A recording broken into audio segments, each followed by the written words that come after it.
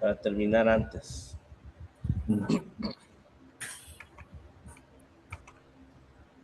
Bien. Pues vamos a iniciar la segunda parte, hermano, de lo que viene siendo la clase de Antiguo Testamento. Y vamos a hacerlo pues orando, ¿no? Vamos a orar. Padre, te damos gracias, Señor, por la vida, por las bendiciones. Gracias porque tú has sido bueno, porque nos permites nuevamente, Señor, el poder estar aquí, Padre, para poder seguir aprendiendo más de tu palabra. Te pido que nos des sabiduría, que nos guíes durante este tiempo, Señor, y que sea de gran bendición a nuestras vidas, Padre, en Cristo Jesús. Amén. Amén. Bien, hermano, entonces vamos a compartir acá.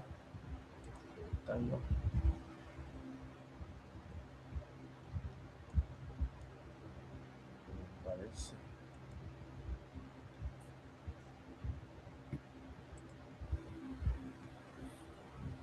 Ok.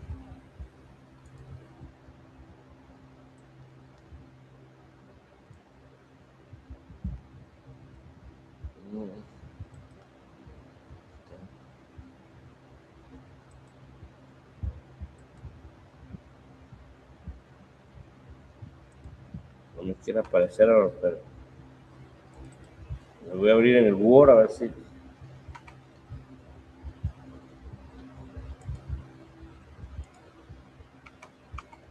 Sí, sí me deja.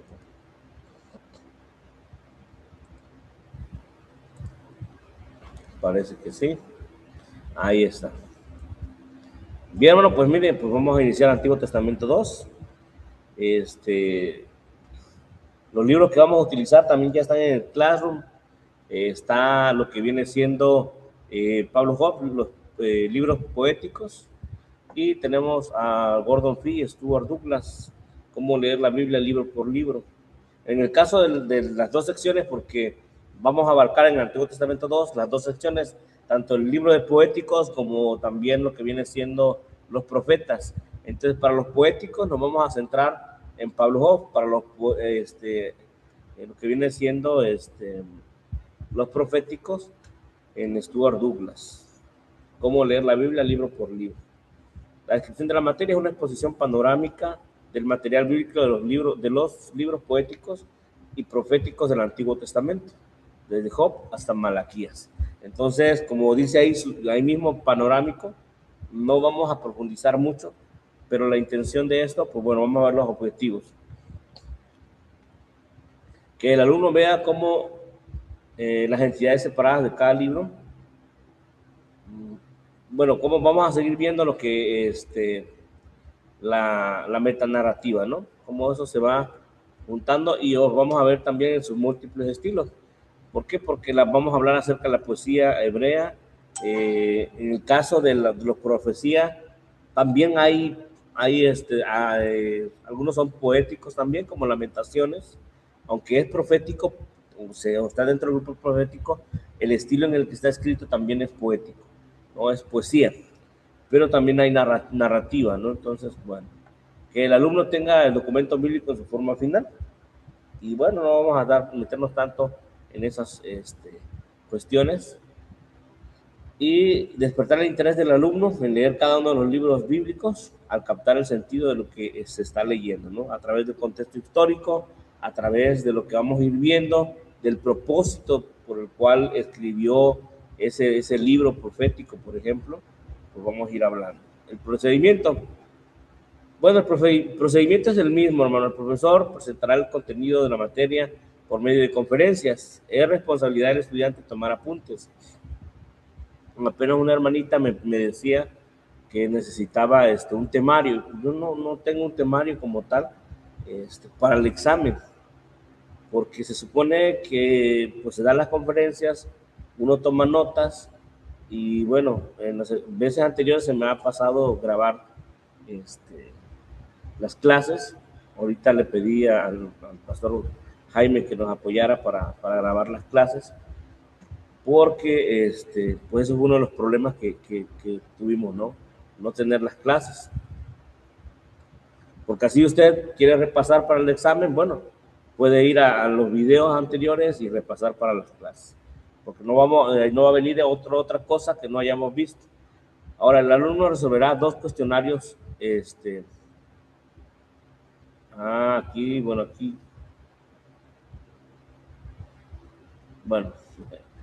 aquí no sé qué pasó, porque es un resumen y una exposición, hermano, acá está 20%. Entonces aquí, alumno utilizará, bueno, aquí vamos a realizar un resumen. El resumen va a ser del libro que les mencioné al principio. El resumen es para los poéticos y la exposición es para los proféticos. Yo acá tengo el libro físico. El libro electrónico lo mandé al Classroom. Entonces, por ejemplo, aquí, hermano, ¿dónde va a ser el resumen? Bueno, el resumen no va a ser todo, porque sería mucho, pero, por ejemplo, abarcar algunos capítulos. Por ejemplo, acá, la introducción no, porque la introducción es lo que nosotros vamos a estar viendo. Pero para profundizar, usted va a escoger cualquiera de los cinco libros, ya sea Job, Salmos, Proverbios, Eclesiastés o Cantares. Cualquiera de los 5 libros poéticos, usted va a escoger uno, del cual usted dice, bueno, voy a tomar, por ejemplo, si usted dice voy a agarrar Job, entonces aquí en el capítulo 3 viene una sección, ¿no? Job, capítulo de 1 al 42. No va a ser todo, va a ser, por ejemplo, Job capítulo 1 y 2, o Job capítulo 3 y 14. Eso es lo que va a resumir nada más, lo que vaya haciendo una porción nada más, por ejemplo. El capítulo 1 y capítulo 2, o capítulo 3 al 14, o capítulo 15 al 21, una sección nada más, hermano, Calixto. No sé si me estoy explicando, sí, más o menos, sí que está entendiendo. Sí, hermano, sí, sí. De acuerdo. Ok. En el dado caso que usted diga, no, pues yo agarro los salmos. Bueno, los salmos se dividen también en 5 libros, ¿no? Entonces, por ejemplo, va a agarrar algunas porciones nada más de lo que viene siendo unos capítulos, ¿no? Por ejemplo, del 73 al 89, que es de la página 139 a la 149, son 10 páginas. Haría un resumen. Algunos son más, algunos son menos, eso ya depende de cada quien, ¿verdad? Qué cosa uno escoja. Pero va a ser dentro de lo que es, no la introducción, sino el contenido en sí ya en los capítulos y versículos del libro de Job, ¿no? Por ejemplo, la introducción, esa no, pero por ejemplo, introducción a la historia, capítulo 1, capítulo 2 de Job, usted lo puede hacer. La exposición, hermano, pues vamos a exponer en clase. Y el examen, pues, tiene el valor del 60%, ¿no? El estudiante realizará un examen al término del curso, eso ya es lo que hemos visto. Hasta aquí no sé si tenga alguna duda.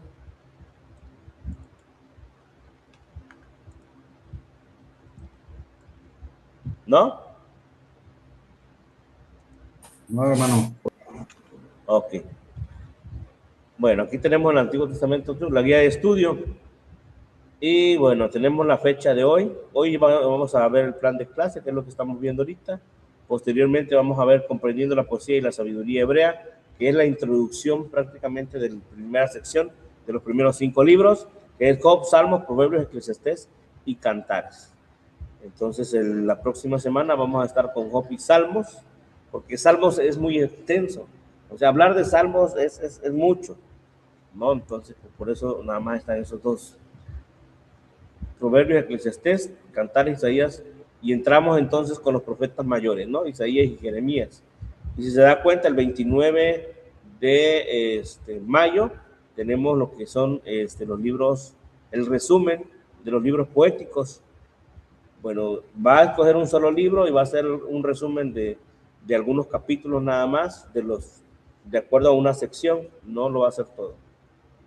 Y bueno, de ahí empezamos a la siguiente semana con las exposiciones.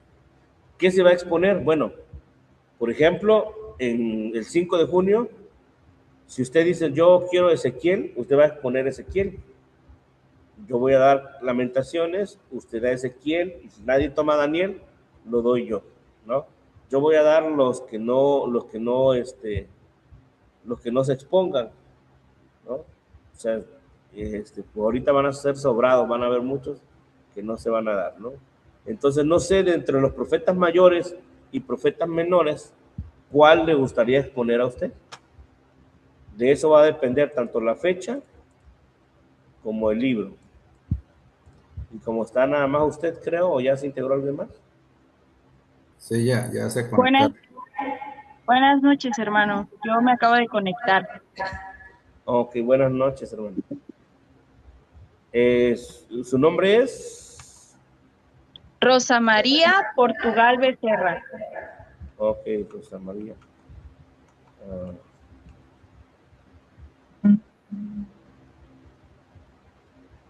ok, hermana, usted ya me entregó los ensayos. ¿De qué?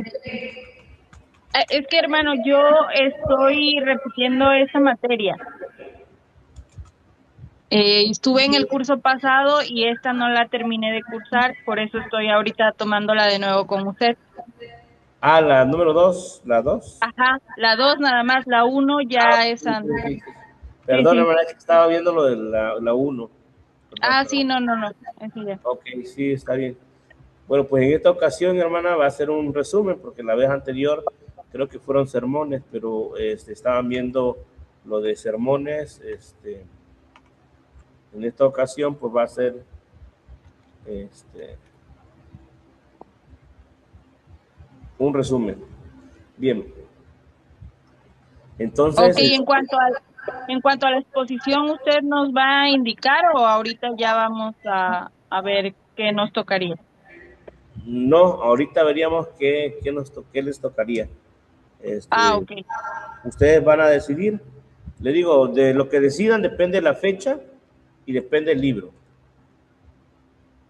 ok, Entonces, aquí está, hermanos Calixto, hermana. Pues ustedes decidan aquí dentro de todos estos del tiempo de exposiciones. Pues yo podría, bueno, si se puede escoger, hermano, yo escogería Job.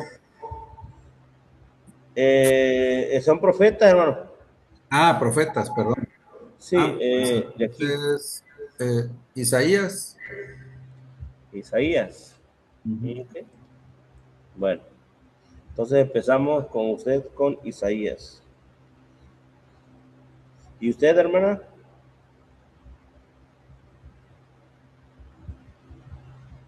Hermana Flor me dijo, ¿ah? Rosa. Rosa, Rosa, perdón. Y una pregunta. Es que veo que, por ejemplo, el hermano que escogió Isaías es del 29. Ajá. Este, tendría que escoger yo del siguiente, No, viernes, si usted, ¿no? no, si usted quiere Jeremías, pues pondrían el mismo día. Usted, el hermano Calixto, Jeremías, y usted, perdón, él Isaías y usted Jeremías, si escoge ese mismo día. Ah, ok, ok. Bueno, de todos modos, escogería Daniel. Daniel, Ujú. ok, muy bien. Entonces, ¿de dónde van a obtener el material para la exposición? Del libro que está en el Classroom, que se llama, este, este, Gordon Fee y Stuart Douglas, cómo leer la Biblia libro por libro. Obviamente que esa es la base, pero si ustedes quieren ampliarlo más con algún comentario, con algo más, también es posible, ¿no? No hay ningún problema.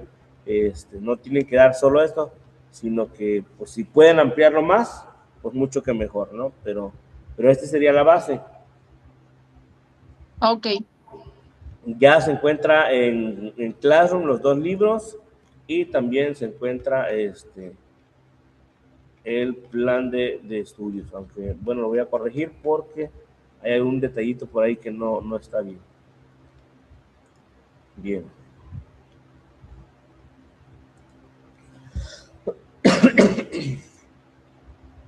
Pues vamos a entrar ya entonces a la clase.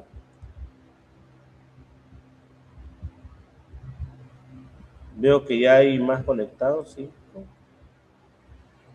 Hermano Varón, buenas noches. Buenas noches. Mi hermano Aarón, usted no ha hecho el examen, ¿verdad? No, no lo he hecho. Ok, sí, digo para que me mande un mensaje y nos pongamos de acuerdo para su examen. Y también para, bueno, ahí platicamos. Entonces no sé si me puedo mandar un mensajito ahí por WhatsApp, para que platiquemos y veamos lo de su... Sí, ahorita le mando un mensaje. Por favor, hermano. Gracias. Sí, gracias.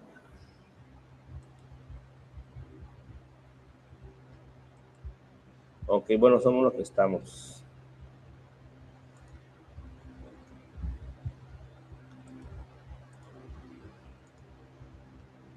Que no sé si ya lo ven ahí. Comprendiendo la poesía y sabiduría hebreas. Bien, vamos a entrar entonces al tema. ¿Sí lo ven? Sí. Dice, Sí. aún el necio cuando calla es contado por sabio. La paciencia de Job. Y hay otro dicho también cuando dice, no hay nada nuevo bajo el sol.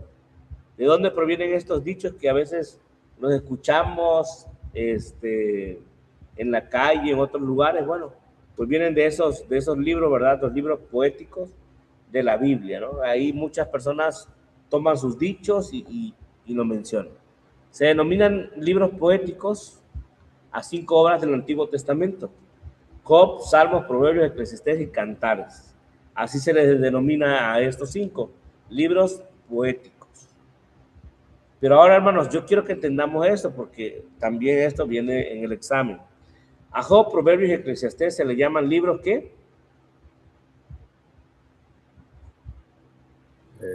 De poesía, ¿no?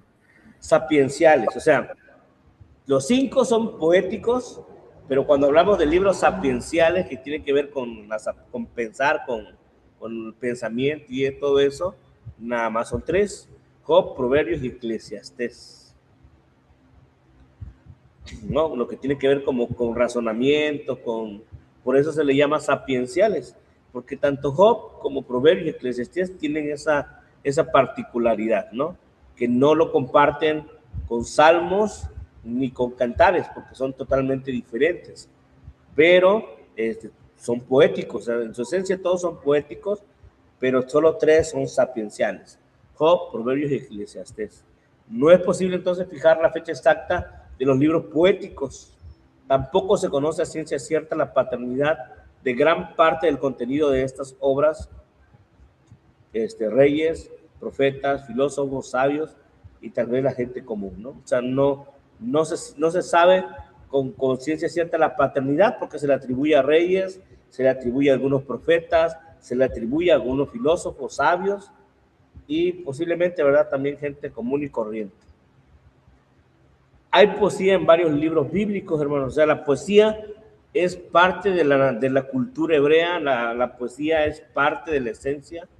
Y bueno, hay poemas y trozos de poesía en el Pentateuco. O sea, no porque estos sean libros poéticos son los únicos libros que tienen poesía, no. Toda la Biblia tiene poesía, inclusive también el Pentateuco. Y los libros históricos, también hay poesía en los libros históricos. Una tercera parte del Antiguo Testamento consiste de esta forma de expresión.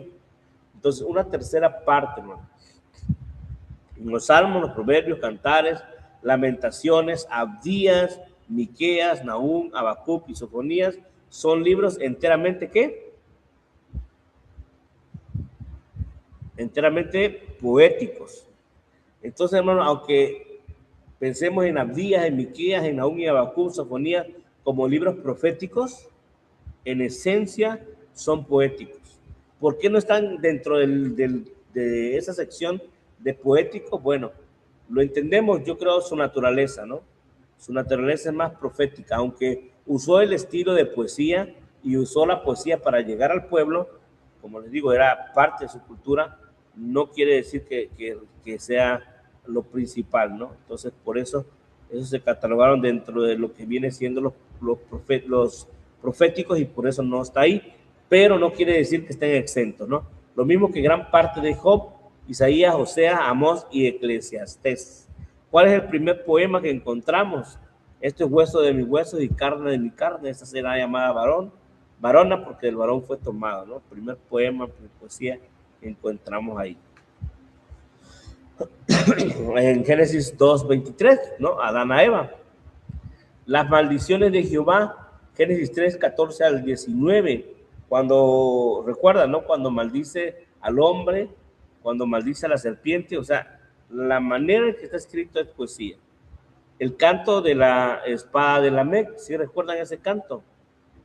Si a mí me hieren, si a Caín lo vengaron 7 veces, 70 veces seré vengado, ¿no? Si por mi puño cae y ahí viene, ¿no? Esa parte es precisamente poesía.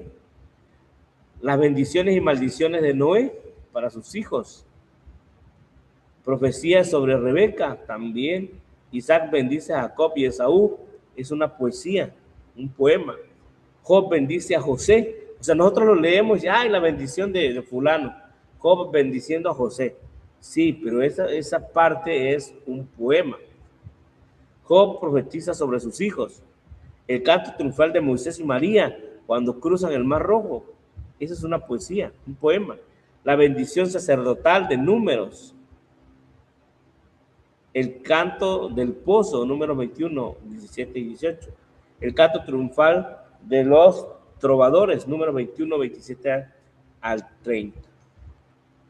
Y bueno, así podemos tener, hermanos, la profecía de Baal, el canto final de Moisés, María bendice las tribus, el canto de Débora, el acertijo de Sansón, y la respuesta era una poesía, el canto de Ana, el poema de Samuel, la elegía de David sobre Saúl y Jonatán. Más adelante vamos a entender todo eso, yo sé que algunos lo entienden, algunos no. El poema de Salomón, el canto popular, profecía de Isaías, el canto de un soldado, primero de Crónicas 12 y 18. Entonces, hay poesía por donde quiera, ¿no? Uno de los significados de la palabra griega poietes, traducido como poeta, es hacedor o creador, ¿no? Quien lo hace, quien lo crea. Por eso el acertijo de Sansón pues era un poema. ¿Por qué? Porque viene del griego poietes, el hacedor, el creador. Sansón hizo o creó ese acertijo. ¿Por qué hay poca poesía en el Nuevo Testamento? Podríamos pensar, bueno, ¿por qué en el Nuevo Testamento hay menos poesía? No que no haya, sí hay, pero ¿por qué hay menos? Lucas, el médico amado, incluyó en su evangelio más poesía que cualquier otro neotestamentario. Por ejemplo, el Magnificat de María. Bendita tú entre todas las mujeres y bendito el fruto de tu vientre, ¿no? El Benedictus, o sea, la profecía de Zacarías. Gloria in excelsis de los ángeles, ¿no? Y el Nunc Dimittis de Simeón. Entonces, encontramos ahí mucha poesía. ¿Por qué? Porque Lucas sí y los demás no tanto. El apóstol Pablo, bueno, ¿por qué? Por la cuestión, hermanos, del idioma materno, ¿no? Entonces, el idioma materno de ellos era el hebreo. Entonces, recordemos que el Antiguo Testamento está escrito en hebreo. O sea, para ellos era más fácil expresar sus sentimientos a través de poemas, a través de todo. Y ya en el Nuevo Testamento estamos usando un idioma externo, el griego. Por lo tanto, no podían o no sabían cómo meter poemas. Sin embargo, Lucas, como él era griego, pues obviamente se le hacía más fácil, pues, meter poemas en griego, ¿no? Entonces, por esa razón. Entonces, por esa razón, vemos más poesía en el Evangelio de Lucas y más que cualquier otro neotestamentario. Y en el Antiguo Testamento está repleto de poesía. El apóstol Pablo en 2 ocasiones cita himnos de la iglesia primitiva, Efesios 14 y 1 Timoteo 3:16, Romanos 8:31 al 37. Es un ejemplo del sublime expresión poética. ¿No? Y podemos ver ese poema ahí, ¿verdad? Los poemas, los cantos de las iglesias primitivas que también se estaban dando ahí. Los salmos son los cantos, hermanos, de aquel tiempo. De aquel tiempo los salmos se cantaban en las iglesias y eran poemas, ¿no? Jesús mismo emplea el paralelismo de la poesía hebrea al impartir muchas de sus enseñanzas. Coloca a Cristo en la tradición de los profetas. ¿Por qué? ¿Por qué dice ahí que coloca a Cristo en la tradición de los profetas? Porque los profetas, ¿cómo eran los profetas? Recordemos la profecía y los profetas. Daban sus enseñanzas a través de poemas, de la poesía. Si vimos ahí, varios de los profetas estaban incluidos, ¿no? Entonces, Cristo hizo lo mismo. Cristo también usó el paralelismo. Paralelismo es una forma también de poesía. Debemos entender que la poesía para nosotros es diferente, ¿no? Para nosotros es la rima, la métrica. Eso es lo que nosotros lo vemos como poesía. Pero para la cultura hebrea es diferente, tiene que ver con paralelismo, tiene que ver con otro tipo de comparaciones, ¿no? El paralelismo es una comparación, algo similar a, entonces, por ejemplo, cuando Cristo decía, el reino de los cielos es igual a, entonces usaba un paralelismo, algo que, para poder ilustrar y metía la poesía a través de eso, ¿no? Entonces, Cristo usó poesía porque Cristo tenía que colocarse dentro de la tradición profética, como uno de sus papeles o de los roles de Cristo. Además, en el Apocalipsis hay numerosos cánticos de victoria. Y entonces, en el Apocalipsis encontramos entonces poesía. Bien. Ahora vamos a entrar así a las características de la poesía hebrea. Nosotros, occidentales modernos, consideramos que los principales rasgos de la poesía son la rima, o sea, el ritmo fonético. Agua pasa por mi casa, cate de mi corazón, ¿no? Y así. Y la métrica, el arte de la estructura de versos, incluso la cantidad de sílabas y el lugar de los acentos. O sea, nosotros somos más así, ¿no? La cantidad de sílabas, por ejemplo, el soneto tiene una cantidad, la misma cantidad en todos lados, los acentos donde van colocados. Eso es lo que nosotros medimos. Y todo para eso, para nosotros es poesía. Muy diferente para ellos.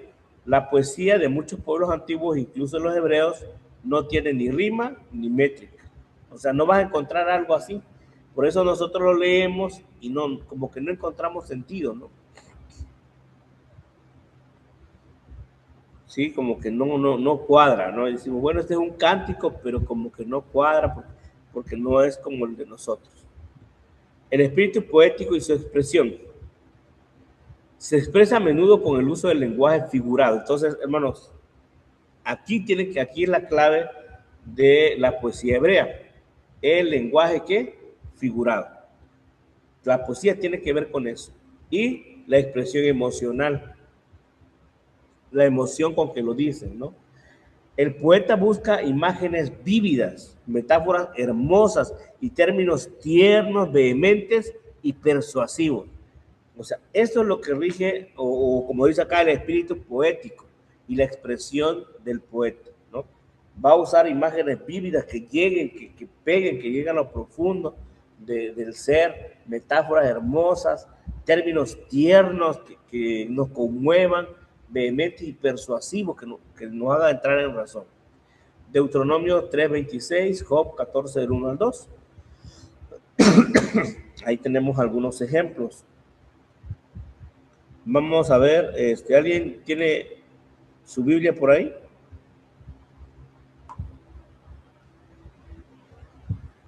Sí, hermano. Ok, Deuteronomio 33:26.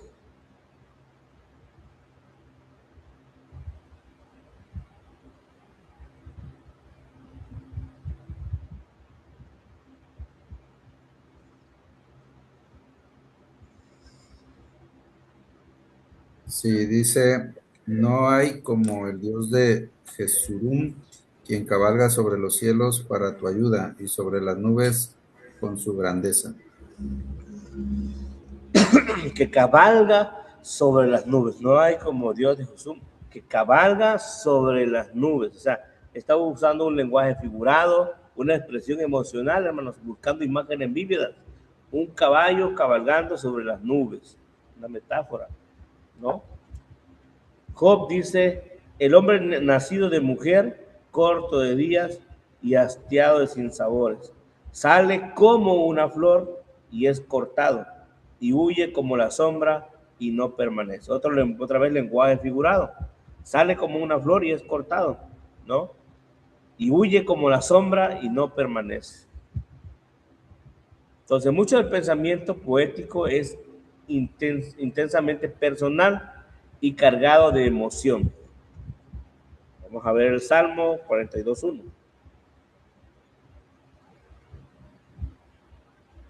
Si alguien lo tiene, le puede leer. Como el ciervo brama por las corrientes de las aguas, así clama por ti, oh Dios, el alma mía. Entonces, imagínense, ahí o sea, es muy personal, ¿no? Y cargado de emoción. Como el salmista dice, como el siervo. Es un lenguaje, es el paralelismo. O sea, ¿cómo? Entonces, como el siervo brama por las corrientes de las aguas, así clama mi alma. Entonces, es cargado de emoción, es intensamente personal, ¿no? Lo que él está haciendo. No debemos interpretar literalmente la poesía. Cuando la profetisa Débora quiso expresar que hasta la naturaleza colaboraba en derrotar a Císara, dijo, desde los cielos pelearon las estrellas. Lo vemos en Jueces 5:20. Entonces no es algo literal, hermano, no porque dice que colaboraron las estrellas, ya así, las estrellas participaron, hicieron algo, ¿no? No, lo que quería decir es que la misma naturaleza, hermanos, colaboró para derrotar a Císara. Como los que sabemos la historia entendemos que llovió muy fuerte, ¿no? De tal manera que su poderío militar, que era a través de carros, pues se empezaron a atascar con el lodo, lo cual hizo que ellos huyeran, ¿no? Y en su huida, pues es asesinado, ¿no? Por una mujer. Recordemos esa historia. Entonces, la profetisa Débora lo que estaba dando a expresar dentro con ese poema era que la naturaleza misma colaboró, ¿no? Colaboró para derrotar a Císara. O sea, Dios usó la misma naturaleza y lo expresó de esa manera. Desde los cielos pelearon las estrellas. Pero no quiere decir que sea algo literal. No podemos tomar la poesía como algo literal, hermano, sino como algo figurado. Ahora vamos a ver el paralelismo hebreo. La poesía semítica de los hebreos no consiste en versos rimados, sino en la correspondencia de pensamiento y sus miembros, o sea, el ritmo lógico que se llama paralelismo. Este teólogo lo explica.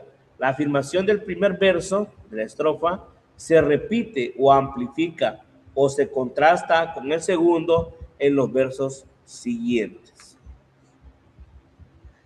Algunas formas de paralelismo hebreo son, o sea, dentro del paralelismo hebreo, hermanos, hay un sinfín de formas. Me gustaría que prestáramos atención, ¿verdad? Porque luego en el examen viene todo eso. Forma de paralelismo hebreo. Uno es el sinónimo. Cuando el segundo verso repite el pensamiento del primero, pero con otras palabras. O sea, se repite, pero otras palabras. O contiene un pensamiento semejante al del primero. Libra de la espada mi alma, del poder del perro mi vida. Salmo 22:20. Entonces está diciendo lo mismo, pero con otras palabras, ¿no? Libra de la espada mi alma, y luego dice del poder del perro mi vida. Entonces es lo mismo, pero con otras palabras. Entonces ese es el sinónimo, paralelismo, y es sinónimo. El otro es el antitético, perdón. El antitético, pues su nombre lo dice, ¿no? El antítesis. Cuando el pensamiento del primer verso se hace más claro por el contraste del segundo, o sea, se contrasta, todo lo contrario, Las zorras tienen guaridas y las aves de los cielos nido, mas el Hijo del Hombre no tiene dónde recostar su cabeza. Es un contraste, o sea, las zorras, guaridas, las aves, nido, pero el Hijo del Hombre, nada. No es un contraste, es la antítesis. Uno tiene, el otro no. Y se hace más claro y más entendible, ¿no? Las zorras tienen nido, las aves de los cielos, perdón, guaridas, las aves de los cielos nido, mas el Hijo del Hombre no tiene dónde recostar su cabeza. Y eso nos aclara la idea de lo que está diciendo. Y ese es el paralelismo antitético. Y ahora viene el sintético. ¿Cuál es el paralelismo sintético? Bueno, cuando el pensamiento del segundo verso y el que siguen, si los hay, explican o complementan la idea del primero. Se van a complementar. Será como árbol plantado junto a corrientes de agua. Y entonces el otro lo complementa, que da su fruto a su tiempo y su hoja no cae. Y luego se vuelve a complementar y todo lo que hace prosperará. Nos lo va como que explicando o contemplando. O sea, será como árbol plantado junto a corrientes de agua. ¿Cómo es un árbol junto a corrientes de agua? O sea, explícame ahora cómo es un árbol junto a corrientes de agua. Bueno, un árbol junto a corrientes de agua es aquel que da fruto en su tiempo y su hoja no cae porque tiene agua todo el tiempo y todo lo que hace prospera, ¿no? Entonces, ¿cómo es? Te explica, ¿no? Es aquel que su fruto no da su tiempo, su hoja no cae. Y entonces viene una complementación, ¿no? Que nos hace entender y todo lo que hace prospera.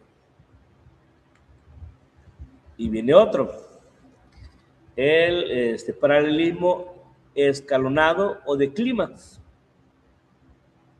El pensamiento va en graduación hasta su término. Su nombre mismo lo dice.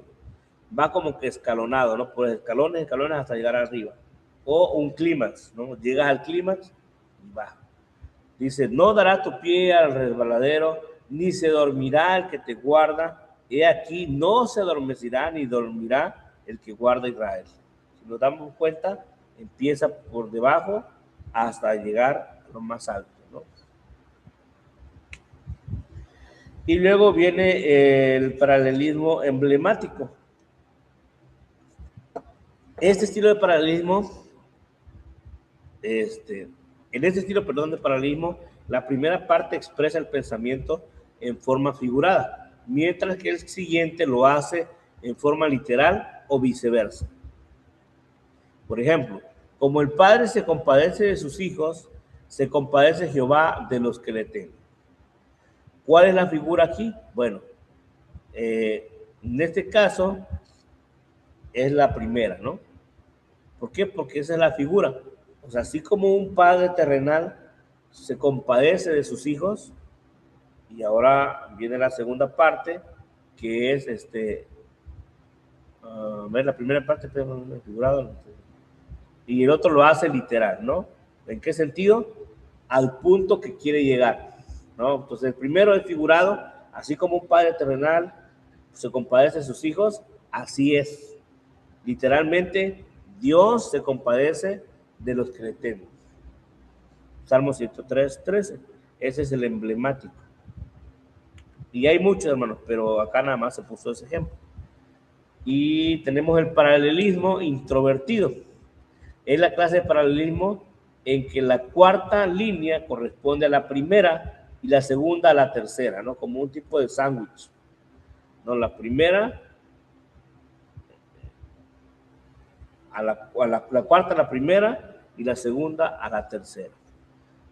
Y bueno, acá está, dice, mas el hombre no permanecerá en honra, es semejante a las bestias que perecen. Su camino es locura, con todo corren sus descendientes por el dicho de ellos. Como rebaños serán puestos en la sepultura, la muerte se cebará en ellos, y los rectos se enseñorearán de ellos por la mañana, y se consumirá su bien parecer en el sepulcro de su morada. Empero Dios redimirá mi vida del poder de la sepultura cuando me tomará.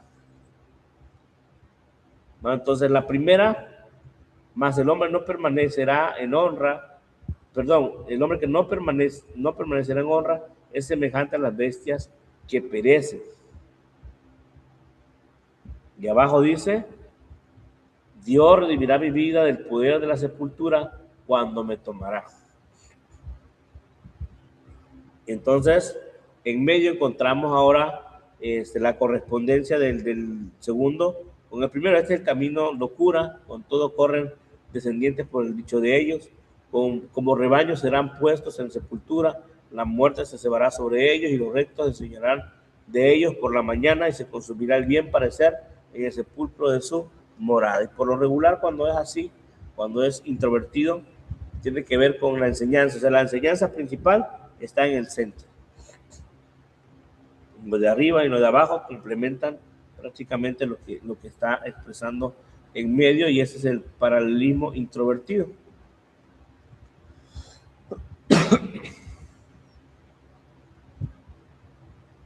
Bien, pasamos al siguiente y hasta ahí terminan los paralelismos. Si se dieron cuenta, fueron varios, ¿no? El uso de la estrofa y del acróstico. Ahora, esta es otra forma de poesía, hermano. El acróstico yo creo que es muy familiar para nosotros, pero la estrofa no es esencial en la poesía hebrea, o sea, no se necesita. Sin embargo, se usa en los Salmos 42, 43 y 46. Algunos escritores bíblicos emplean el acróstico, por ejemplo, el 119. Tiene 22 grupos de 8 versos cada uno. El capítulo 3 de Lamentaciones también es un acróstico. No lo podemos ver por la traducción, pero si nos vamos al idioma original, nos damos cuenta que cada versículo empieza con una letra diferente del alfabeto hebreo. Aleph, Bet, Gimel, Dalet, y así se va, ¿no? Todo el alfabeto hebreo. Entonces, el primer versículo, Aleph. El segundo, Gimel, y así se va hasta terminar. No lo podemos apreciar en la traducción, pero en el original sí. Sin embargo, la mayoría de los poetas bíblicos no se sujetan a tales reglas mecánicas. O sea, la mayoría no, pero hay sus excepciones donde sí se usa estrofa, donde se usa acróstico, y pues son muy pocas si se dan cuenta. Por eso no se sujetan, dice ahí, a eso. Los géneros de la poesía hebrea. ¿Cuáles son los géneros? Bueno, podemos clasificar la poesía que se encuentra en la Biblia en 4 géneros, y esto viene en el examen. 4 géneros. ¿Cuáles son, hermanos? La lírica, la didáctica, la dramática y la elegíaca. Y ahí dice, bueno, incluso la gnómica. Entonces, ¿cuáles son estas? ¿Cuál es la lírica? ¿Cuál es la didáctica? La didáctica yo creo que muchos lo entendemos porque sabemos que tiene que ver la didáctica. La dramática también. La elegíaca, algunos sí, algunos no. La poesía épica, acción heroica, también figura en la poesía de las Sagradas Escrituras. Pero nosotros vamos a hablar de 4 géneros más comunes. Entonces, la poesía épica casi no. Pero la lírica, la didáctica, la dramática y la elegíaca son las 4 principales. El poema lírico, vamos por el primero, la lírica. El poema lírico es realmente un canto. O sea, es un canto. No hay vuelta de hoja. La lírica es un canto, hermano. En la antigüedad se cantaba con acompañamiento de la lira o arpa. Por eso se le denominó la lírica, o sea, la poesía lírica. ¿Por qué? Porque era cantar. Hay poesía lírica en los libros de la historia de Israel, el cántico triunfal de Moisés y María, Moisés al final de su vida, el cántico de Débora, la elegía de David por Saúl y Jonatán, aunque aquí dice la elegía porque también vemos que es la elegíaca, pero es una combinación de ambas porque tanto es elegíaca como es lírica porque es un canto, en esencia, ¿no? La poesía didáctica tiene que ver con el propósito de enseñar. Entonces, la lírica es un canto, la didáctica tiene que ver con enseñar. Los libros de Job, por ejemplo, Proverbios, Eclesiastés y varios de los salmos son de carácter didáctico. Oye, hijo mío, el consejo de tu padre y no desprecies el consejo de tu madre, ¿no? Entonces, ¿cuál es el propósito? Enseñar. Esa es la poesía didáctica, es para enseñar. Dice, y este es para enseñar, para que los jóvenes adquieran sabiduría, ¿no? Proverbios. Entonces, esa es la didáctica. La poesía dramática, ¿cuál es la dramática? En su forma pura no se encuentra. O sea, lo metemos aquí o se metió ahí, pero en su forma pura no está en la Biblia. Pero hay elementos de dramatismo en los libros de Job y Cantares. Cuando leemos Job, vemos como un drama, ¿no? Un drama ahí que se desarrolla entre Job y los demás, ¿cómo se llaman? Sus amigos. Y Cantares, la historia de amor y todo eso, ¿no? Dramático. El drama es una forma de arte que cuenta una historia mediante el diálogo y acciones de los protagonistas, diferente a la novela que no incluye narración. O sea, la novela no incluye narración, pero un drama sí, se narra. La poesía elegíaca expresa los lamentos por los muertos. O sea, esa es la elegíaca, ¿no? Expresa los lamentos por los muertos. La elegía de David por Saúl y Jonatán, y por Abner, según Samuel 3, 33, 34. El libro de Lamentaciones es de este género. ¿Por qué? Porque todo es lamentar, lamentaciones, ¿no? Y es de ese género, el género elegíaco. Entonces, ¿cuáles son los géneros, hermanos? ¿Se acuerdan? La lírica, didáctica, dramática y la elegíaca. Así es. La lírica, faltaba ahí, ¿verdad? Lírica, didáctica, dramática y elegíaca. Esos son los 4 géneros comunes. Hay, como mencionamos, poesía épica, pero no es muy común. Estas son las 4 más comunes que hay en la Biblia. La poesía hebrea expresa vívidamente las experiencias y emociones religiosas. O sea, eso es lo que expresa, ¿no? Este teólogo dice, expresa todos los gozos y las tristezas de la religión. Describe la expresión del pecado y de la culpabilidad y corre toda la gama de las variadas experiencias de los hombres: el amor, el odio, la vida, la muerte, la duda, la fe. Como el ciervo brama por las aguas, así clama mi alma, ¿no? O sea, ahí expresa eso, ¿no? El amor en Cantares. Entonces, todo eso, se expresa el odio, se expresa la vida, la muerte, la duda. Eclesiastés, por ejemplo, está muy cargado de dudas y así. Y la fe también. Bien, la literatura sapiencial bíblica. ¿Cuáles dijimos que eran los sapienciales, hermanos? Eran 3. Son 5 libros poéticos, de los cuales son 3 sapienciales. ¿Cuáles son? Eso es importante también, porque también va a venir en el examen. ¿Cuáles son? Es Job, Proverbios y Eclesiastés. Job, Proverbios y Eclesiastés, ¿no? Esos son los sapienciales.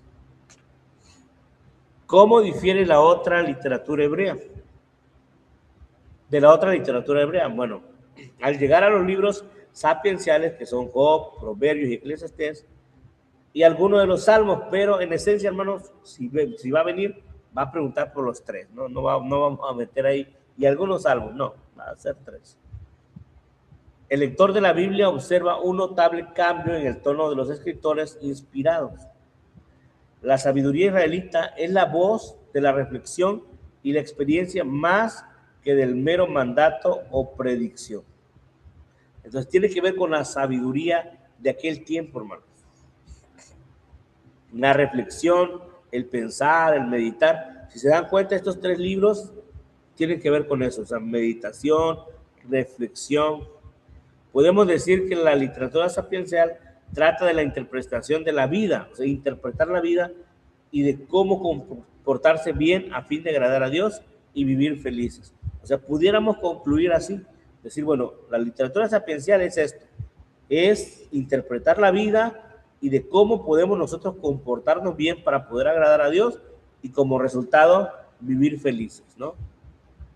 Porque, por ejemplo, en el caso de Eclesiastés, ¿no? Vanidades, vanidades, todo es vanidad. O sea, yo ya tuve esto, tuve otro, y todo lleva a la misma conclusión, es vanidad, ¿no? Entonces, todo eso tenemos que entender pues esa literatura, ¿no? Que es como tratar de interpretar la vida. Él dice, yo ya viví esto, ya viví lo otro, y mi conclusión es esta. Se ve el aspecto intensamente práctico de la sabiduría israelita en los significados del vocablo hebreo Chokmah, traducido como sabiduría. Algunos son aptitud en artes o sagacidad en los negocios. Job 12, del 2 al 12. Habilidad en asuntos seculares, Ezequiel 27, 8, 9. Prudencia para gobernar, 1 Reyes 3, 28, 4, 29 al 34. Cordura en la vida diaria y decisiones éticas. Hermanos, hay una gran diferencia entre la sabiduría, que el concepto que tenemos nosotros, y el concepto de la Biblia. El vocablo Chokmah, que se traduce ahí, tiene que ver con eso, hermano, con comportarse, tiene que ver más con decisiones, con la vida diaria, con cordura en la vida diaria, como dice ahí, habilidades en lo secular. O sea, la sabiduría a la que se refiere en la Biblia es una sabiduría práctica, es decir, cómo saber vivir la vida de tal manera que agrademos a Dios. Esa es la sabiduría. Por eso la conclusión es, el principio de la sabiduría es el temor a Jehová. La sabiduría aquí no es conocimiento, no es tener mucho conocimiento, no, sino la aplicación. O sea, ¿cómo aplicas ese conocimiento que tú ya tienes? Es decir, adquieres conocimiento, sí, pero ahora, ¿cómo lo aplicas? La Biblia o la sabiduría bíblica tiene que ver con eso. O sea, eres sabio si sabes aplicar lo que tienes, pero de nada te sirve tener mucho conocimiento si no lo aplicas. Entonces, la sabiduría bíblica tiene que ver con eso, con la aptitud, como dice ahí, aptitud en artes o sagacidad en los negocios. O sea, aplicar. La sabiduría aquí esa palabra tiene que ver con aplicar, con vivir, con hacer, no con adquirir conocimiento, porque no es que esa persona es muy sabia. ¿Por qué? Porque sabe mucho, ¿no? Tiene mucha sabiduría, tiene mucho conocimiento, ¿no? Por ejemplo, para el mundo, una persona con doctorados y un montón está tapizado su ¿cómo se llama? Su oficina de tantos y tantos estudios. Decimos, no, esa es una persona con mucha sabiduría, tiene mucho conocimiento, sí, pero si no aplica nada de lo que aprendió, nada, entonces no tiene sabiduría. La Biblia o la sabiduría a la que se refiere aquí es algo práctico, algo que haces, que tú lo pones en práctica, ¿no? Lo que has aprendido. Bien, vamos a pasar a lo siguiente. Las formas literarias. La forma más simple de la sabiduría hebrea es la de los proverbios. Hebreo, mashal. Dicho popular o máxima. Los proverbios, hermanos, han existido durante milenios, y no solo de la cultura hebrea, sino también hay proverbios chinos. Hay proverbios que nosotros conocemos de nuestra cultura. Toma también la forma de acertijo, enigma o parábola. Entonces, el enigma de Sansón, por ejemplo, la fábula de Jonatán. A ver, un proverbio, ¿alguien se sabe algún proverbio, no?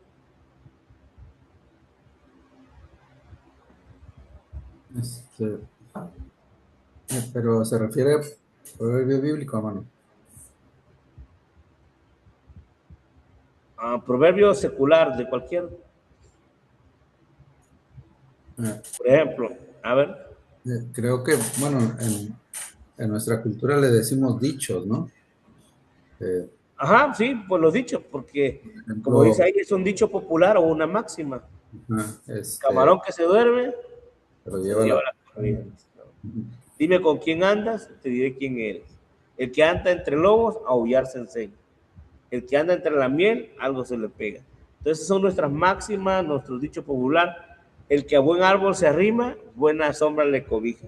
Esos son proverbios. Nosotros lo conocemos como dicho popular. Algunos lo conocen como máxima, ¿no? Los japoneses, los chinos.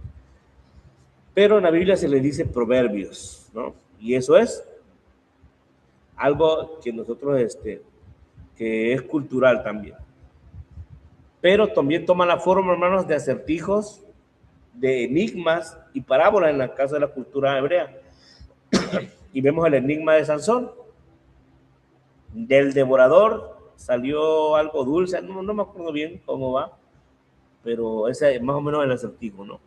Luego la fábula de Jotán, perdón, cuando les cuenta, ¿no? Del árbol, que de cedro, no me acuerdo, del Líbano, algo así.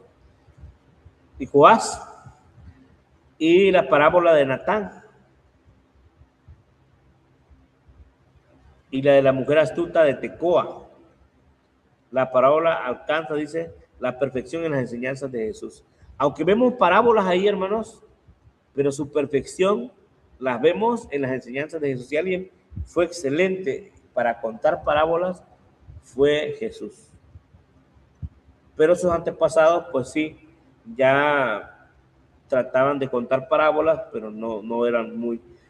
Por ejemplo, Natán, ¿no? Cuando dice, había un hombre que era rico y que tenía muchas ovejas, ¿no? Y había un hombre pobre que solo tenía una. De repente llegó visita a su familia del rico, y el rico no quiso matar ninguna de sus ovejas, sino que fue y le quitó al pobre la única que tenía y la mató, y se la sirvió de comer a sus visitantes, ¿no? ¿Si recuerdan esa parábola, ¿no? Otra clase de literatura sapiencial de Israel profundiza en los problemas del padecimiento y del significado de la existencia, ¿no? Por ejemplo, Job y Eclesiastés. Habla mucho de la existencia, ¿no? Del existencialismo. Pareciera que en el caso de Eclesiastés, pareciera que este hombre es fatalista. Si lo empezamos a leer, cualquiera dice, no, este es fatalista. O sea, él dice, ¿qué caso tiene la vida? ¿Qué caso tiene vivir? Todo es lo mismo, todo gira y vuelve a lo mismo y a lo mismo. Entonces, se desarrolla, dice, presentando monólogos en el caso de Eclesiastés y diálogos y debates en el caso de Job. El desarrollo del papel que desempeñaron los sabios. Hermanos, los sabios fueron importantes para aquel tiempo, como lo son también ahora. Una referencia a la sabiduría aparece temprano en la historia de los hebreos, la sabiduría del joven, ¿quién? José, que sobrepasó a la de los sabios egipcios. O sea, la sabiduría de José, ¿cómo aplicó? No cómo él resolvió. Él dijo, no, ¿saben qué? Son 7 años de hambruna, de mucha cosecha, 7 de hambruna, pues bueno, lo que vamos a hacer es aprovechar los 7 de mucha provisión, nos aglomeramos, amontonamos para superar los 7 de hambruna. O sea, la sabiduría de aplicar, ¿no? El episodio del acertijo de Sansón ilustra cómo los orientales valoraban la agudeza para hallar soluciones a los enigmas, ¿no? O sea, ellos era muy valorado que alguien tuviera esa habilidad para poder crear acertijos difíciles, como en el caso de Sansón.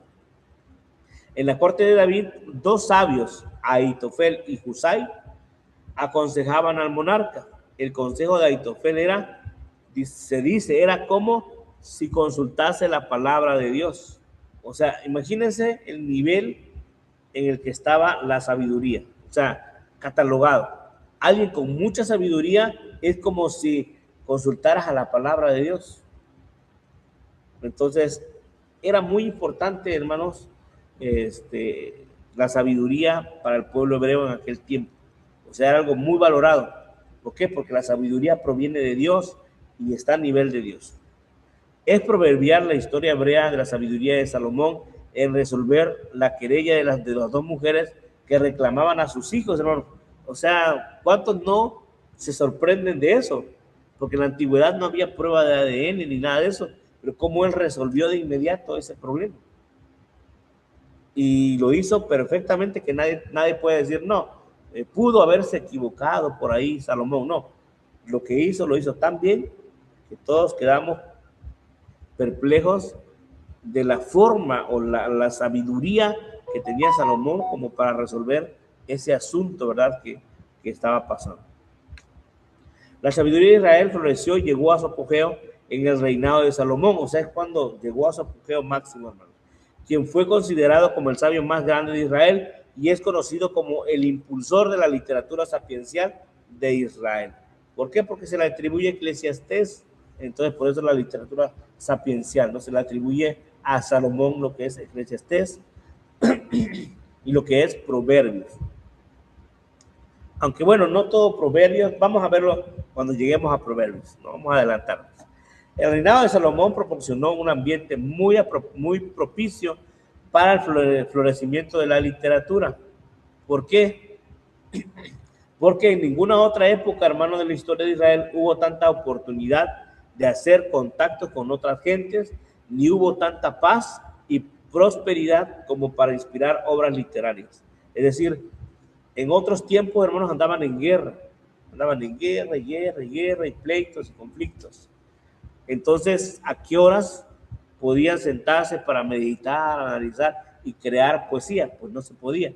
Pero cuando reinó Salomón, después de David, ¿verdad? Porque David logró mantener la paz del pueblo, de tal manera que nadie le quería hacer frente a Israel, sino que lo respetaban. Entonces el pueblo disfrutó de paz, disfrutó de prosperidad, disfrutó de todo, y entonces hubo suficiente tiempo para las personas para meditar, analizar, pensar y empezar a hacer la poesía y obras. Por eso se dice que es el momento oportuno donde floreció todo eso. Parece que hubo escuelas de sabios, o sea, también parece que hubo eso, desde la época de Salomón en adelante. Los varones de Ezequías, rey de Judá, por ejemplo, Proverbios 25:1, dice, los varones de Ezequías, rey de Judá. Entonces, como que da a entender que había escuelas así como antes, ¿no? La escuela de Platón, la escuela de Aristóteles y así. Así también hubo ahí escuela de ciertos hombres de sabiduría. En la época de Jeremías, el pueblo de Israel estimaba tanto a los hombres sabios que los pusieron al lado del profeta y del sacerdote como mediadores de la verdad divina. Entonces, imagínense a ese nivel. Un hombre sabio está al nivel de un profeta y de un sacerdote, los tres gobernando al pueblo, los tres con suficiente autoridad. Vamos a leer si alguien me puede ayudar ahí. Jeremías 18:18.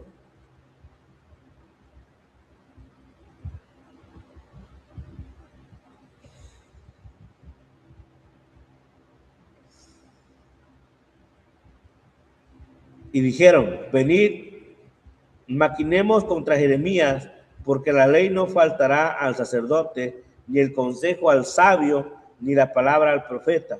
Venid, irámoslo de lengua, y no atendamos a ninguna de sus palabras.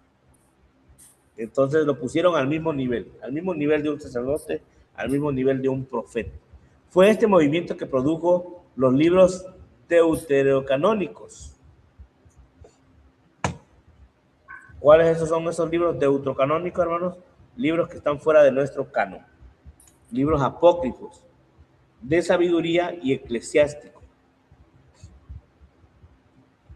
Que lo encontramos en la Biblia católica, ¿no? En la Biblia católica está sabiduría y está eclesiástico también. Ambos reflejan influencia helenística, pues fueron redactados a finales del siglo II antes de Cristo. ¿Qué quiere decir? Que tiene mucha influencia de los griegos. Bien, similitud con la literatura pagana. O sea, ¿cuál es la similitud? Bien, la arqueología ha descubierto que la literatura sapiencial floreció en todo el Antiguo Oriente. O sea, no es algo nada más del pueblo de Israel, sino de todo el Antiguo Oriente. Y en ella hay ciertos paralelos del pensamiento con la sabiduría bíblica. El libro egipcio de la sabiduría de Amenenope. Entonces hay un libro, hermanos, que se le llama así, Sabiduría de Amenenope. Es muy semejante a la colección de máximas llamada Dicho de los Sabios, en Proverbios 22, 17 al 24-23. O sea, es muy similar lo que es la sabiduría de Amenenope con esos. ¿Qué pasó, hermanos? Bueno, con Proverbios. Proverbios es una colección, o sea, no hay un padre de Proverbios, o sea, que haya escrito todo el libro, sino que es una colección de muchos dichos. Se coleccionó todo, dichos de Salomón, dichos de otros. Y se cree que, bueno, pudieron copiarlo también de ahí, de ese libro de sabiduría de Amenemhotep. En Mesopotamia también se compuso literatura sapiencial, fábulas, proverbios y hasta el poema El justo doliente, el cual se ha comparado con Job. O sea, hay una historia muy similar a la de Job que se llama El justo doliente. Y por eso dicen que, o lo han comparado con Job, es decir, no es que de aquí tomaron Job, ¿no? de esta historia. Pero bueno, ya cuando lleguemos a Job vamos a hablar más sobre ese libro. El diálogo babilónico entre amo y siervo se asemeja a algo al libro de Eclesiastés. Entonces, los babilonios también tenían su literatura y era el amo y el siervo, una conversación entre amo y siervo, ¿no? Y dice que era muy semejante al libro de Eclesiastés. Pues ambos señalan que nada tiene significado ni valor y solo reina el capricho. ¿Cómo podemos explicar esas semejanzas? O sea, ¿cómo explicar esto, hermanos? Porque pareciera que nuestro libro de Proverbios, nuestro libro de Eclesiastés y todo eso pareciera que también tiene mucha influencia pagana. Bueno, Israel se conocía la sabiduría de los países vecinos, o sea, como nosotros conocemos las máximas o los dichos de los japoneses. Por ejemplo, no le des un pescado a tu hijo, enséñale a pescar. Eso no es de nosotros, eso viene de otro lado, ¿no? Pero nosotros ya lo conocemos y lo escuchamos y hasta lo decimos. Se dice que Salomón fue más sabio que los sabios orientales y egipcios. Es lo que se dice. Abdías 1:8 dice: Jehová advierte, no haré que perezcan en aquel día los sabios de Edom. No haré que perezcan en aquel día los sabios de Edom y la prudencia del monte de Saúl. Isaías también se refiere a los sabios y a la sabiduría de los egipcios. Era muy común. Hay verdades obvias que son reconocidas por todos los hombres, sean creyentes o no. Entonces, hermanos, si nosotros, por ejemplo, ese hombre que dice, no le des un pescado a tu hijo, enséñale a pescar, es algo cierto. Y tan cierto que aunque no sea creyente, lo entiende, ¿no? Y nosotros también. O sea, hay ciertas cosas que entendemos. Y no porque no es creyente va a hablar puras cosas que no son, no. También hay cosas buenas.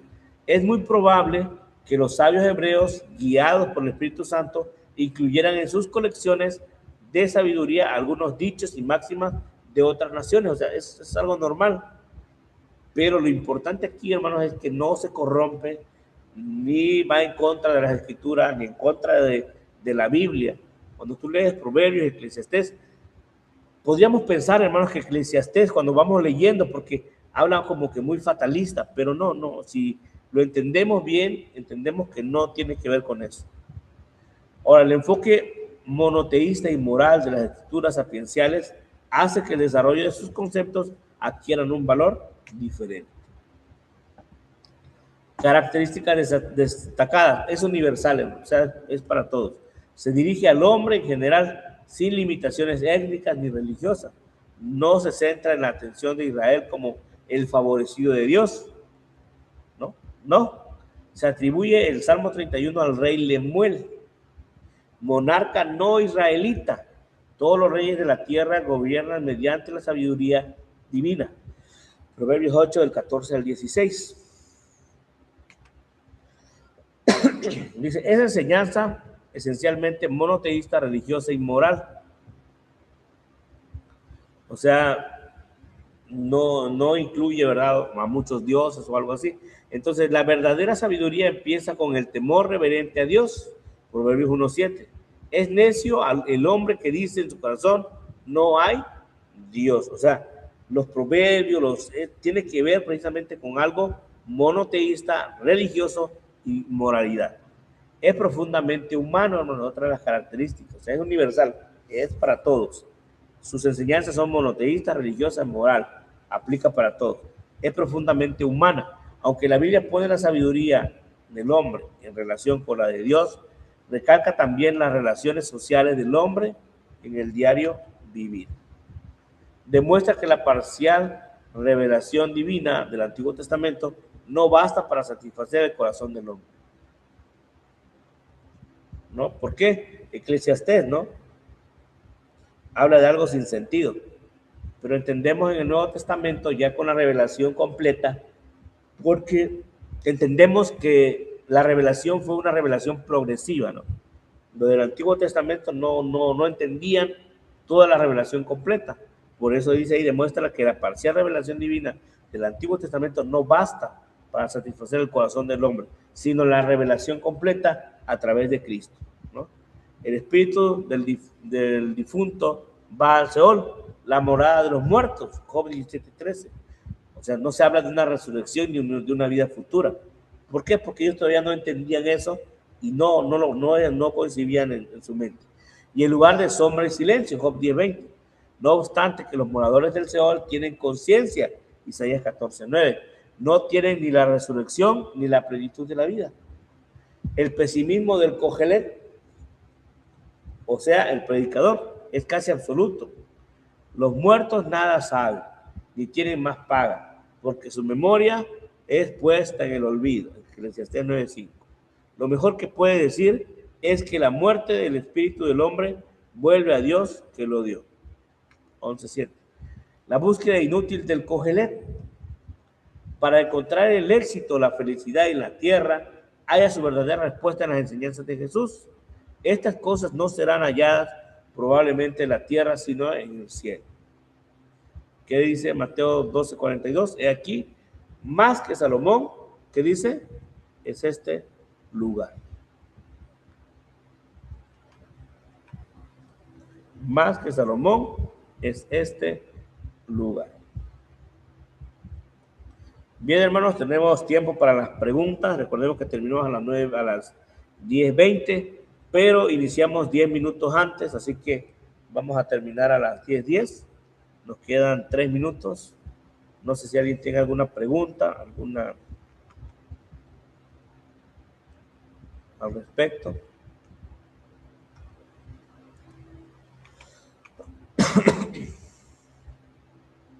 ¿No? Bien. Mi hermano Aarón. Dígame. Ok. Escogimos hace rato la exposición. Me lo voy a poner acá. Si se da cuenta aquí, tenemos los requisitos. Resumen y exposición. Sí. El resumen va a ser del libro de los libros poéticos, pero el libro de los libros poéticos, no la introducción. Usted va a escoger alguno. Por ejemplo, si escoge Job, en el capítulo 3 dice, ¿por qué sufren los justos? Job, capítulo del 1 al 42, o sea, todo el capítulo va a hablar sobre eso, pero usted puede tomar nada más, por ejemplo, lo que viene siendo capítulo 1 y 2. El desafío dice el prólogo, el desafío de Satanás y la prueba de Job, capítulo 1 y 2. Entonces tomará esa sección. Entonces vamos a agarrar no la introducción, sino ya cuando se mete a lo que viene siendo los libros. Tengo que agarrar capítulo 1 y 2. ¿Perdón? Tengo que agarrar el libro de Job, capítulo 1 y 2. No, el que usted guste. Puede ser Job, puede ser Salmos, puede ser Eclesiastés o Cantares. Y los capítulos, va a agarrar una sección, pero no la introducción. Ok. En veces anteriores me han agarrado introducción y es lo que vemos, o sea, no, tiene que agarrar otra cosa. Bien. Ya cuando se mete al libro, directamente al libro, ¿no? Entonces de ahí, algunos capítulos nada más. Bien. La exposición va a ser de los profetas, hermanos. Entonces me gustaría saber qué profeta le gustaría exponer. Ahí tenemos la lista de los profetas, ¿no?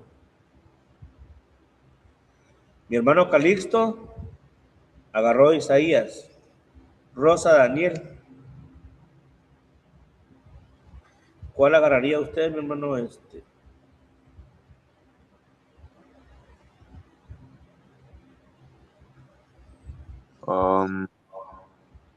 Puede ser Cantares. De los proféticos, hermano. Ah, Sí. Daniel. Daniel ya lo va a exponer nuestra hermana Rosa. Bueno, ¿cuáles quedan? ¿Cuál, perdón? ¿Cuáles quedan? Pues está Lamentaciones,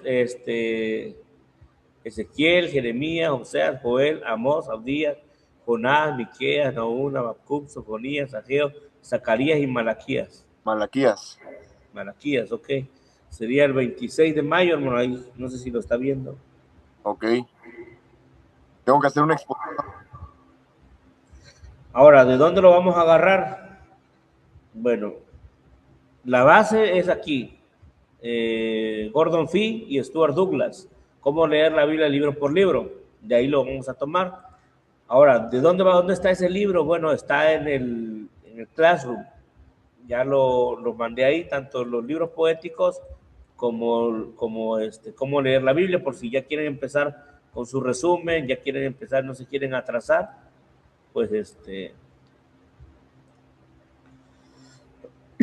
ya pueden ir empezando. ¿Es hacer o es para la fecha escrita hacer una exposición? ¿Cómo, perdón? Es para hacer una exposición al final. Ajá. Para eso es el resumen. ¿O son dos cosas diferentes? A ver, no entendí. ¿Otra vez no? Sí, es que pidió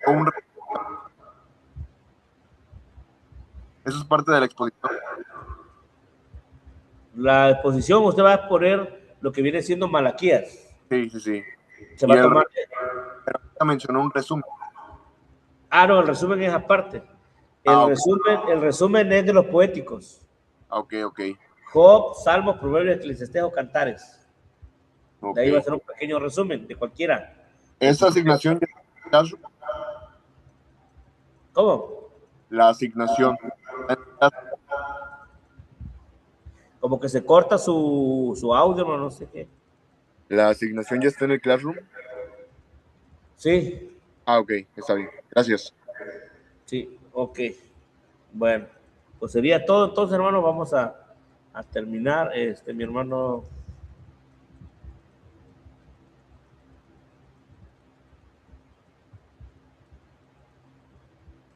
Bien, vamos a orar. Padre, te damos gracias, Señor, por la vida, por las bendiciones. Gracias por el tiempo que nos has dado estar en este lugar. Continúa bendiciendo, Señor, a cada uno de mis hermanos y sigue orando como hasta ahora lo has estado haciendo. Permítenos, Señor, poder llevar a cabo esta materia, Señor, y que todo sea hecho conforme a tu voluntad. Permítenos aprender cada día más de tu palabra, Señor, en Cristo Jesús.